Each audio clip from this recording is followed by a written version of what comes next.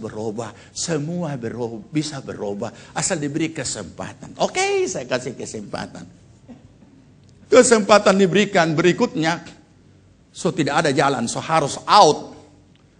Berilah kesempatan. Jadi tambah lagi, perpanjang kesempatan. Tetapi kemudian dari situ saya menemukan tidak semua orang bisa berubah karena memang ada orang tidak mau berubah. Dan itu ada ayatnya. Jikalau anugerah itu masih tertutup juga bagi orang itu, maka itu berarti orang itu telah disediakan untuk binasa. Jadi tidak semua orang bisa berubah. Sebenarnya bisa, cuma tidak mau. Saudara mau bikin apa dengan orang model begini? Begitu saudara dengan penuh kasih melakukan segala macam cara, dia akan berkata, memang so begini saya. Saudara mau jawab apa lagi kalau dia bilang, memang so begini saya. Apalagi dia tambah, so begini kita kasihan. Tak bisa saudara. Jadi memang unsur jiwani kita ini sangat perlu perhatian untuk benar-benar terpelihara sempurna. Bagi orang rohani, dia perhatikan rohnya jangan tercemar. Dia tidak ada satu titik pun hal-hal pencemaran roh. Tidak ada lagi hal-hal najis roh. Tetapi kadang-kala tembus dalam hal unsur jiwaninya. Kalau masalah tubuh sudahlah, tidak usah. Itu semua orang dengan sendirinya. Dengan sendirinya dia akan perhatikan apa yang kurang. Tergantung dana. Karena memperbaiki kekurangan tubuh tidak gratis. Nah, mari kita lihat lebih lanjut. Jadi, roh, jiwa, dan tubuhmu menjadi sempurna. Nah, salah satu hal yang ada pada diri kita, yang ada dalam unsur jiwani ini, mari kita baca.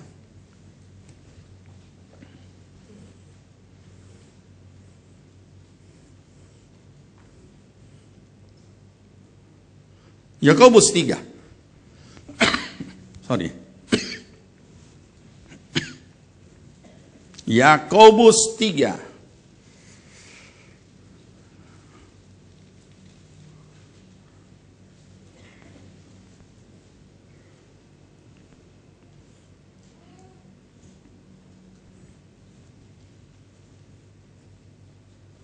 Ayat 2.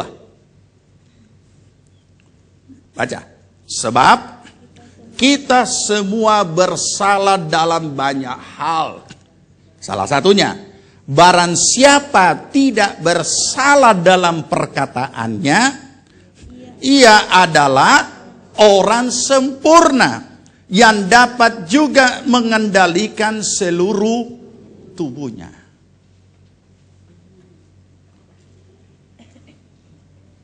Tiap hari kita berkata-kata kan? Jadi kalau kita sudah bisa berkata-kata atau tidak salah dalam perkataan, kita sudah jadi orang sempurna. Dalam arti kata, dalam konteks perkataan kita sudah sempurna. Ini mulut sudah sempurna. Tapi kalau lain di mulut, lain di hati, seperti nyanyian lagu dangdut itu, tidak tahu. Nah, mari kita lanjutkan. Ayat 3. Kita mengenakan kekang pada mulut kuda. Lanjut. Sehingga ia menuruti kehendak kita. Dengan jalan demikian, kita dapat juga mengendalikan seluruh tubuhnya. Dan lihat saja kapal-kapal. Walaupun amat besar dan digerakkan oleh angin keras, namun dapat dikendalikan oleh apa? Kemudi yang amat kecil. Menurut kehendak jurumudi. Demikian juga lidah. Walaupun satu anggota kecil dari tubuh. Siapa di sini yang lidahnya besar? Tidak ada kan? Kecil, tidak ada yang besar. Sedangkan kecil sudah luar biasa, apalagi besar. Kalau mulut besar ada, lidah tetap sama.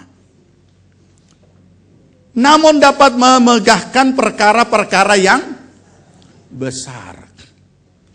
Betapapun kecilnya api, ia dapat membakar hutan yang besar. Makanya banyak orang bicara besar. Pendeta juga banyak bicara besar. Ada saya punya teman, setiap kali berkhotbah pasti isinya banyak dusta. Karena saya tahu dia berdusta. Sampai saya berani katakan banyak dusta. Kenapa? Bicara besar. Saya berpikir, kok kenapa bisa orang begitu lancar berbicara dusta di atas mimbar, tidak takut disambar Tuhan? Kalau saudara punya satu, dia bilang dia punya 4. Sampai kami tukang mewisuda orang. Jadi kalau ada orang mau kasih gelar, tanya sama Om Martino. Itu di lingkungan hamba-hamba Tuhan. Sehingga kami nobatkan dia menjadi istilahnya 4 kali ganda. Itu kode-kode sandi kalau kita membahas orang. Ada semua kodenya. Ada yang namanya Doberman. Ada yang namanya tuyul.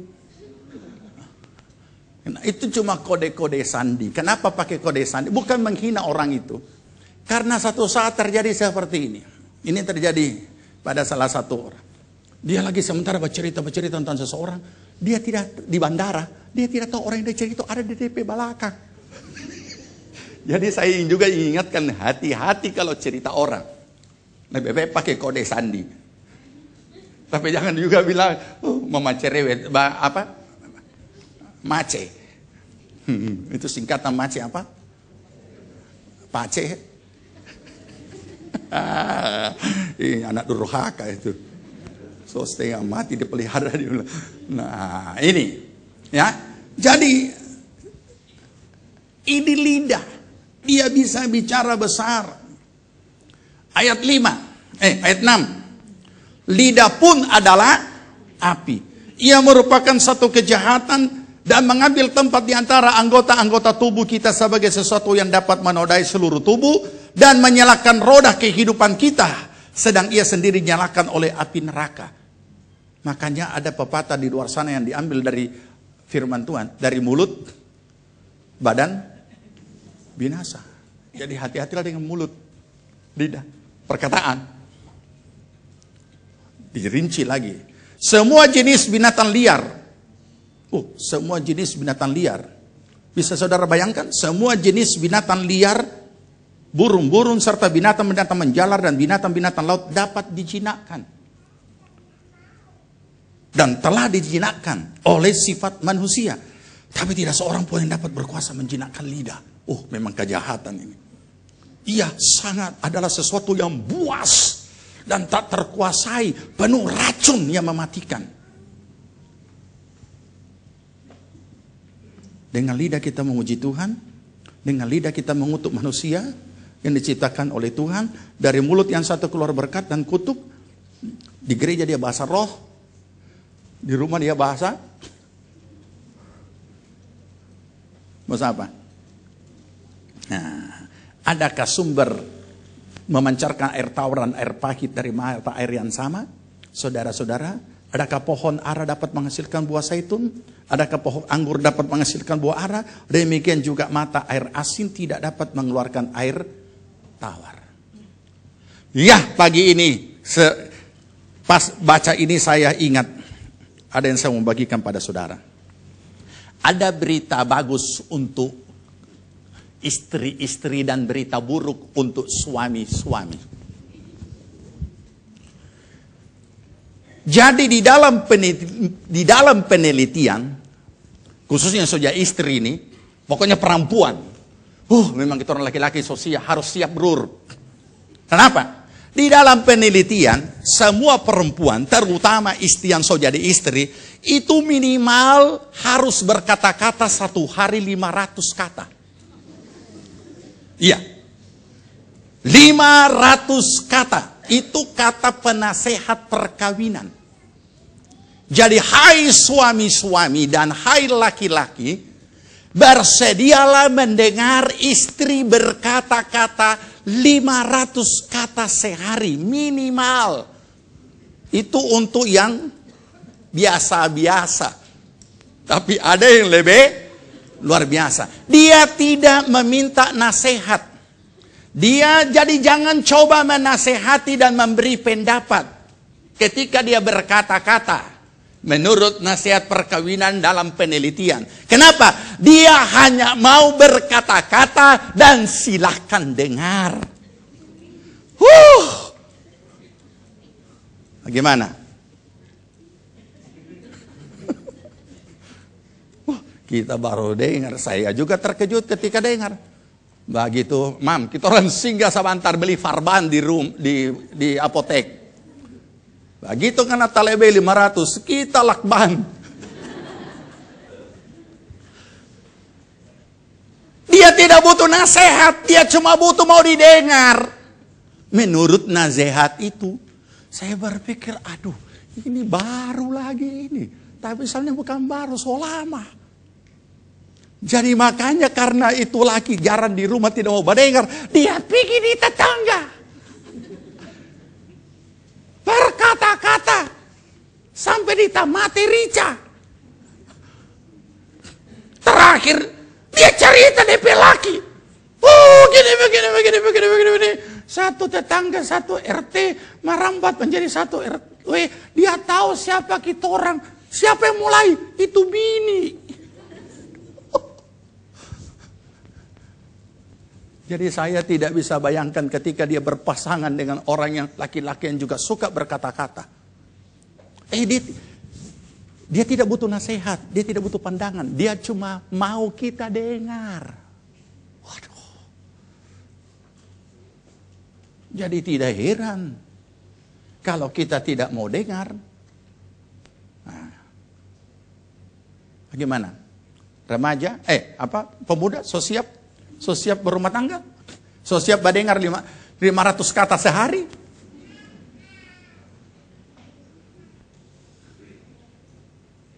Bukankah sering padahal kamu di situ?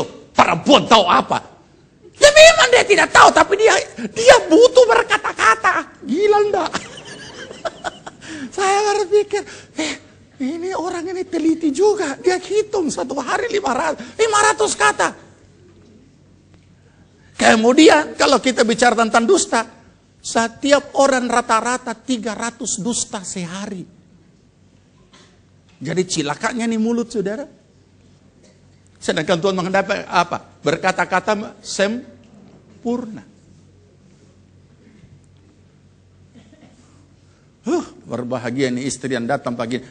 Pak, begitu bu berkebaktian di mobil. Ngana so dengar tadi kan? Jadi ngana mesti dengar kita berkata-kata berkicau. Berkicau tiap hari.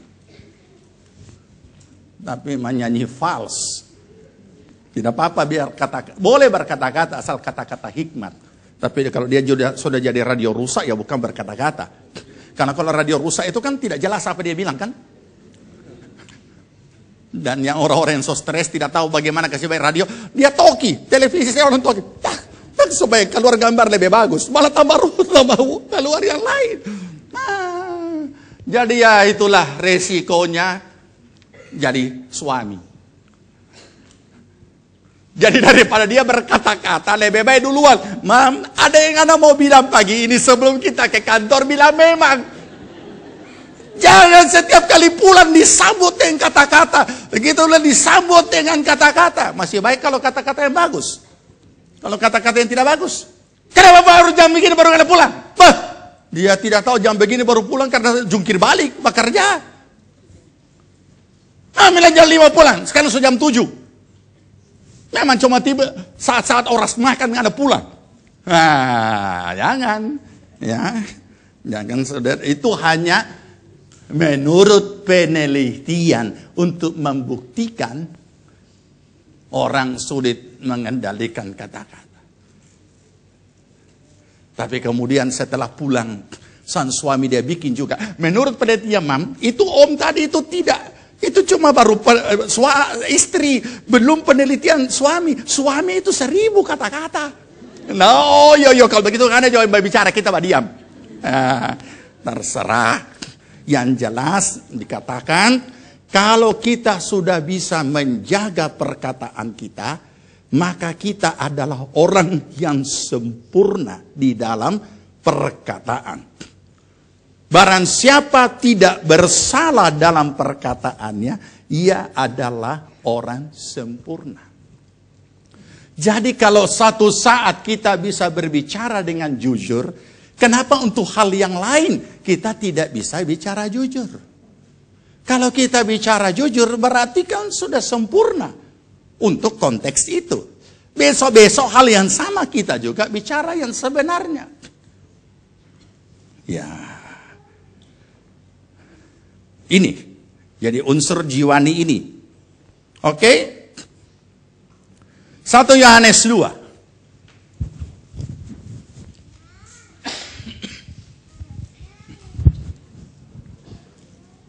1 Yohanes 2. Udah?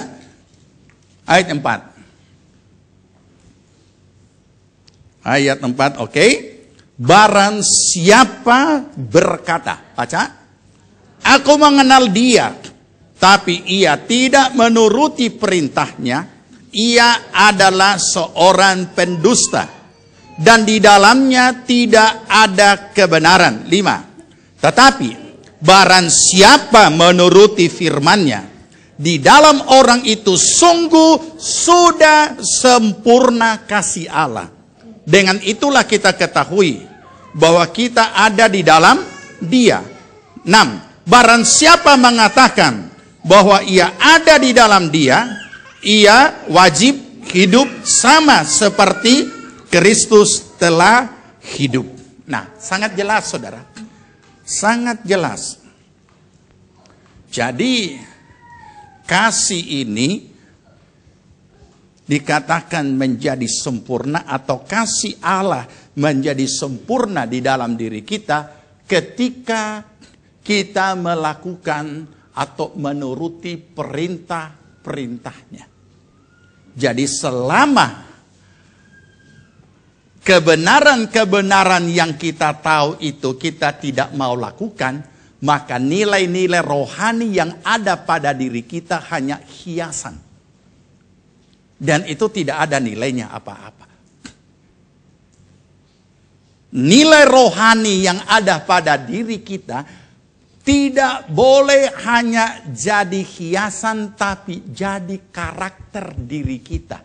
Menjadi jati diri kita. Menjadi itulah adanya kita. Itu yang Tuhan kehendaki. Di sebelahnya, 1 Yohanes 4 ayat 12.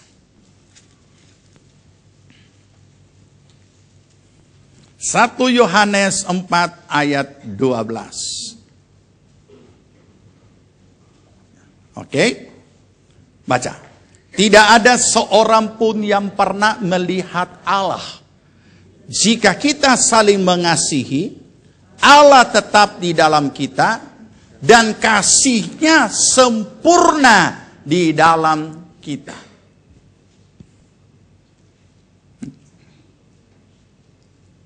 Ada firman tentang kasih, kita tahu. Tetapi kalau kita tidak lakukan, kita tidak sempurna. Nanti pada saat kita lakukan, kasih itu, firman yang dalam konteks kasih itu, kasih Allah menjadi sempurna. Karena kita sudah lakukan. Dan ingat, semua langkah-langkah iman, perbuatan-perbuatan iman, atau tindakan-tindakan melakukan firman, itu adalah proses pergumulan di dalam unsur jiwani kita. Barulah ia akan menjadi bahagian dari karakter kita. Itu sebabnya banyak orang tidak mau sampai ke situ. Dia hanya mau memahami apa itu kasih. Dia hanya mau menikmati dengan air mata, bahkan juga ucapan syukur ketika dia menyanyi tentang kasih Allah. Tentang kasih Bapa di sorga. Tentang kemurahan dan pengasihan Tuhan yang dia sudah alami. Dia boleh menyanyi dengan begitu rupa, menikmati hadirat Tuhan dengan cucuran air mata. Dan orang yang melihatnya menganggap luar biasa. Ini orang punya rohani. Saya tidak pernah tertarik dengan seperti itu. Dan tidak pernah terpancing dengan hal-hal seperti itu. Dan tidak pernah merasa tergugah. Karena kita harus bukan menghakimi bahwa orang itu tidak sungguh-sungguh, bukan. Tetapi bagaimana setelah dia amin dan menjalani hidup sehari-hari dan dia diperhadapkan dengan harus berbuat kasih, dia lakukan tidak. Penilaiannya di situ. Kualitasnya di situ. Kalau dia lakukan, berarti kasih itu sudah jadi bahagian dan karakter hidupnya. Kalau tidak, nilai rohani tentang kasih dalam dirinya hanya hiasan. Mari kita jujur, saudara. Bukankah banyak kali kita nikmati di hadapan Tuhan dengan hati yang rasa syukur, dengan hati yang haru dan dengan air mata yang berlinang, bagaimana Tuhan mengasihi kita, bagaimana dan segala macam bentuk apapun yang kita hadapi. Tapi cuma sampai di situ. Kita nikmati sendiri. Tapi ketika kita diperhadapkan dengan tindakan kasih, apapun bentuknya, tergantung peristiwanya, kita tidak bisa lakukan. Jangankan lakukan, tersentuh pun tidak, tergugah pun tidak, apalagi lakukan. Nah, disinilah menunjukkan jiwa kita masih perlu, atau unsur jiwani kita perlu diproses supaya menjadi sempurna.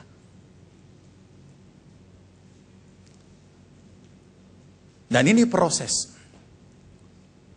Ini pekerjaan, ini satu karya Allah di dalam kehidupan kita bagi setiap orang yang mau masuk ke dalam proses menjadi sempurna. Kalau tidak, tidak. Mari buka Galatia pasal 5. Supaya kita bisa memahami prosesnya itu bagaimana.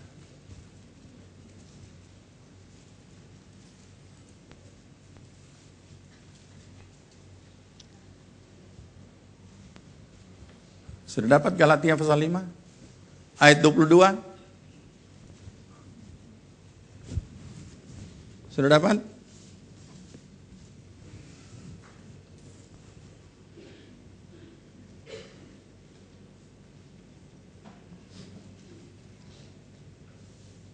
Ya, kita baca. Tetapi buah roh ialah kasih, sukacita, damai sejahtera, kesabaran, kemurahan, kebaikan, kesetiaan, kelemah lembutan, penguasaan diri. Tidak ada hukum yang menentang hal-hal itu.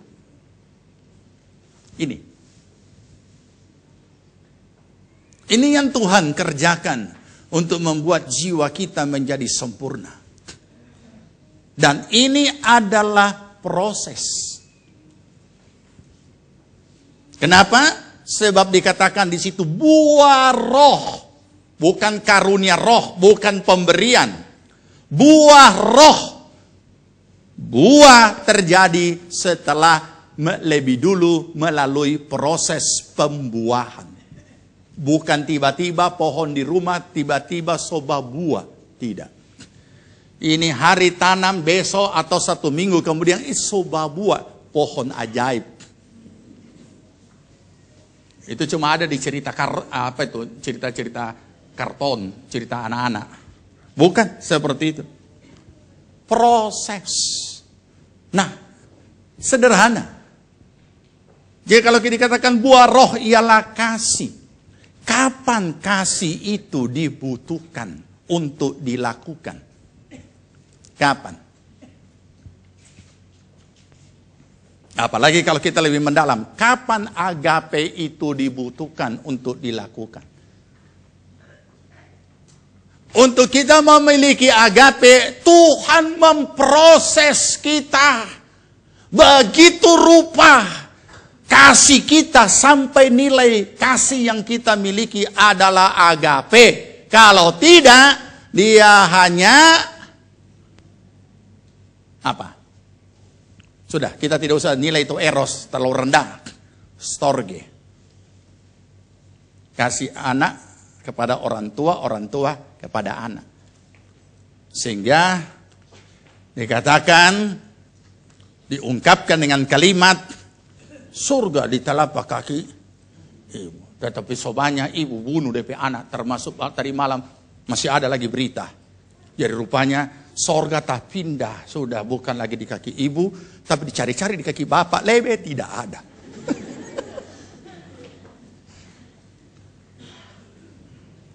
Ini dunia sudah jadi seperti ini.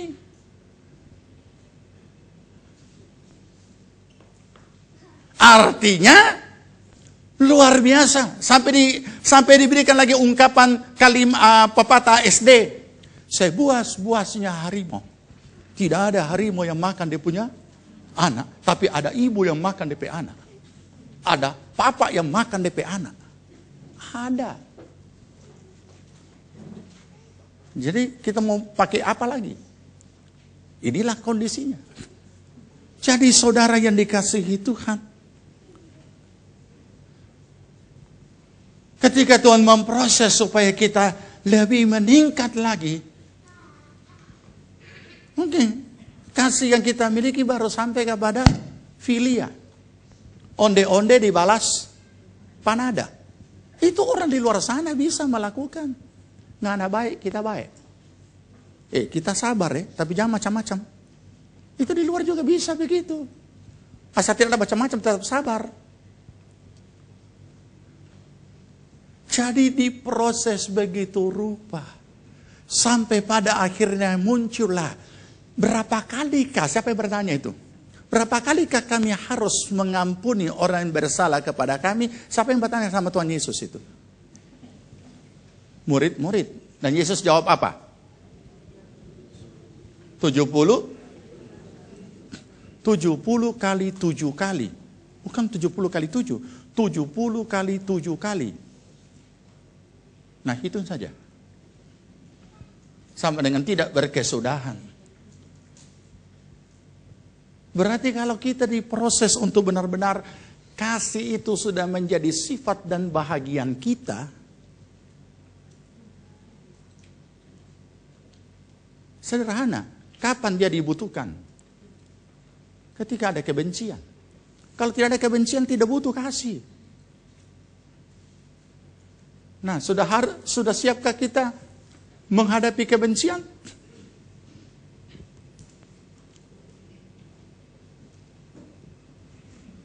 Makanya saya katakan kita bisa menyanyi tentang kasih dengan berlinang-linang air mata. Tapi ketika kita diperhadapkan dengan kebencian, susah mengampuni. Kita so lupa.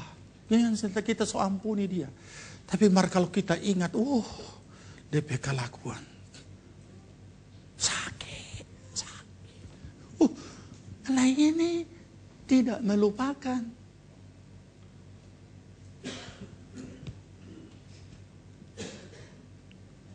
Sukacita.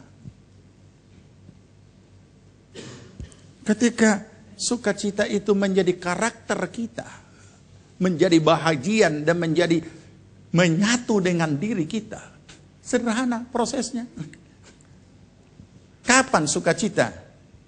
Kapan sukacita dibutuhkan? Sederhana. Apa lawan daripada sukacita? Duka cita. Jadi bukan tiba-tiba senang. Senang ikut Tuhan. Senang. Nah, jadi saudara, ini adalah proses. Dan semua ini Tuhan lakukan supaya kita jadi sempurna. Seluruh aspek hidup kita diproses begitu rupa dengan kita diperhadapkan dengan realita yang sesuai peristiwa itu untuk supaya kita aspek bahagian itu menjadi sempurna. Sehingga pada akhirnya kita tidak punya lagi kebencian. Kalau itu bicara soal kasih. Tidak punya akar pahit, tidak punya kedendaman, dan melenyapkan semuanya itu membuat kita hancur-hancuran. Ada banyak sekali, saya tidak akan jelaskan satu-satu. Karena itu sudah pernah dijelaskan. Ada lagi sini, kesabaran. Ternyata kesabaran proses. Bagaimana dia membuat kita jadi sabar? Dia hadapkan kita dengan peristiwa-peristiwa yang membuat emosi mau meledak. Sampai benar-benar jadi sabar.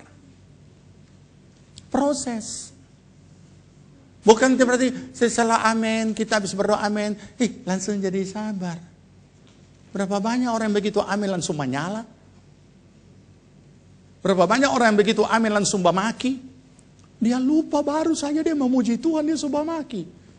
Bodoh kamu. Maki itu bodoh, itu maki. Makian itu, jangan kira.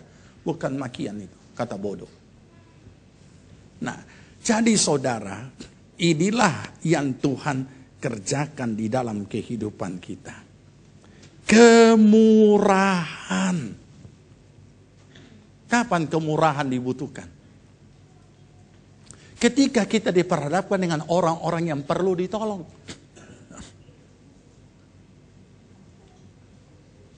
Barulah kita tahu bahwa apakah kita memiliki sifat murah hati. Jadi semua itu adalah proses kebaikan, kesetiaan. Kapan kesetiaan diperlukan dalam hidup kita? Ketika ada pengkhianatan. Kalau biasa-biasa saja, belum bisa kita katakan setia.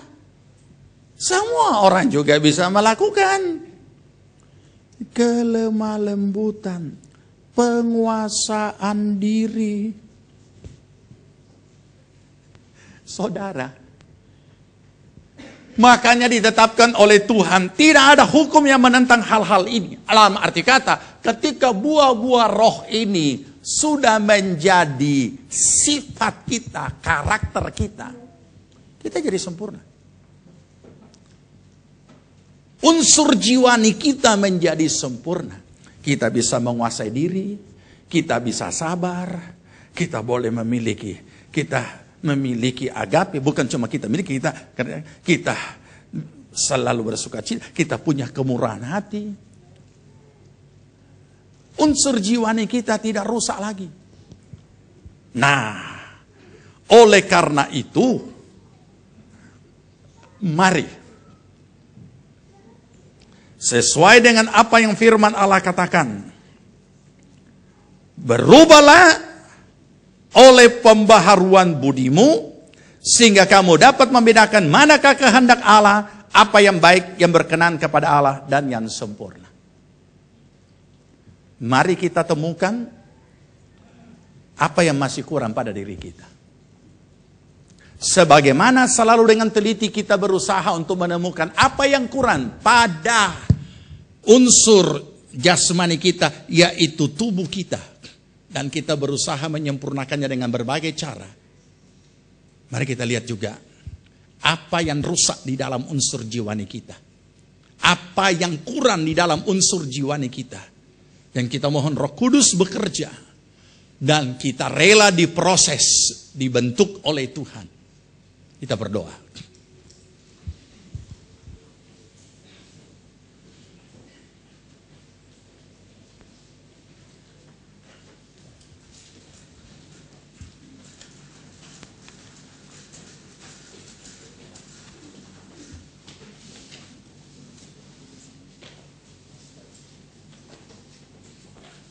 Sama-sama kita bangkit berdiri.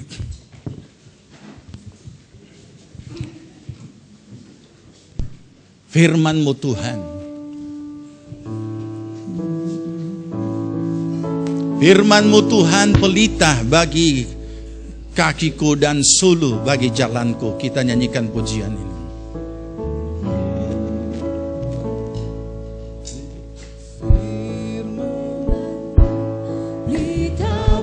Bagi kakiku, terang bagi jalanku. Firman-Mu pelita bagi kakiku, terang bagi jalanku. Amin. Haleluya Yesus.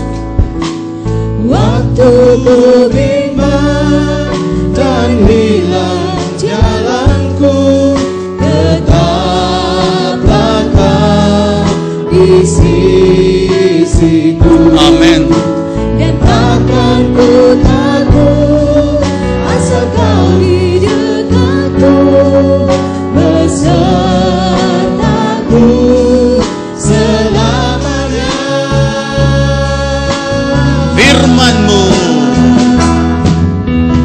Firman-Mu pelita bagi kakiku, terang bagi jalanku. Firman-Mu Tuhan, Firman-Mu pelita bagi kakiku, terang bagi jalanku. Waktu ku bimbang dan hilang jalanku, tetaplah Kau di sisiku. Dan takkan ku, amin, Kau di dekatku, besertaku selamanya.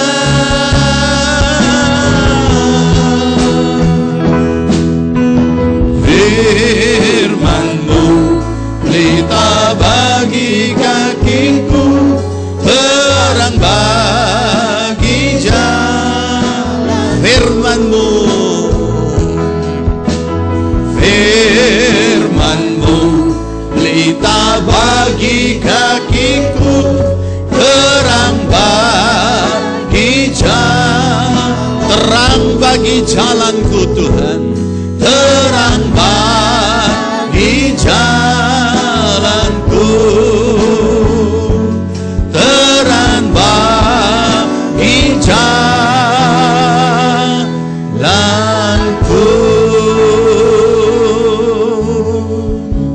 Kami bersyukur karena Engkau boleh membawa kami menuju kepada kesempurnaan Tuhan, sehingga hidup kami sungguh boleh mencerminkan kehidupan Kristus dalam kehidupan kami. Sungguh boleh nyata itu dalam hidup kami. Dan dimanapun kami berada, kemuliaan nama Tuhan ditinggikan. Dimanapun kami berada, kami boleh menjadi berkat. Tuhan, Engkau tilik segala keberadaan kami. Kami tahu ada banyak kekurangan-kekurangan yang ada di dalam diri kami. Mohon Roh Kudus menolong kami, supaya kami tidak memelihara dan membiarkan kekurangan kami, tetapi kami mau menjadi sempurna sebagaimana firman-Mu mengatakan itu. Tuhan, tilik bahagian-bahagian mana dalam kehidupan kami, dalam sifat-sifat kami, dalam unsur jiwani kami, dan segala sesuatu yang perlu disempurnakan. Tuhan, jamah kami. Terima kasih Tuhan. Berkati seluruh jemaat-Mu, dan bawalah kami melatih diri kami menuju kepada kesempurnaan. Terima kasih Bapa. Terima kasih, terpuji nama Tuhan. Engkau memberkati kami semua. Dan biarlah Engkau memeteraikan kebenaran firman-Mu dalam hidup kami, sehingga kami boleh melakukannya di dalam kehidupan kami sehari-hari. Berkati seluruh jemaat-Mu, apapun yang menjadi pergumulan mereka, uluran tangan pengasihan-Mu Tuhan menjamah setiap pribadi dan segala pekerjaan kuasa sejahat iblis apapun bentuknya dari manapun datangnya yang selalu mengganggu kehidupan jemaat Tuhan di tempat ini. Di dalam nama Tuhan Yesus kami ikat, patahkan, hancurkan semuanya. Dalam nama Tuhan Yesus kami tolak keluar segala sakit penyakit, kami tolak keluar. Dalam nama Tuhan Yesus pertolongan Tuhan turun atas setiap pribadi. Kekuatan yang baru, damai sejahtera daripada Tuhan. Dan kiranya pertolongan dan kesembuhan dan jalan yang Tuhan bukakan dan berkat yang berlimpah-limpah tercurah atas setiap jemaat Tuhan. Terima kasih Tuhan, kami mengucap syukur. Terpujilah nama Tuhan. Sebelum kami akhiri ibadah kami mau menyatakan kasih kami dengan apa yang akan kami persembahkan. Sucikan hati pikiran kami Tuhan, agar apa yang kami persembahkan kami lakukan dari hati yang mengasihi Tuhan, sehingga kami diberkati Tuhan. Dalam nama Tuhan Yesus Kristus kami berdoa dan mengucap syukur. Amin. Puji nama Tuhan. Kita akan bawa persembahan kita, dan untuk minggu ini ada persembahan ekstra untuk kas misi. Kita dengarkan warta jemaat.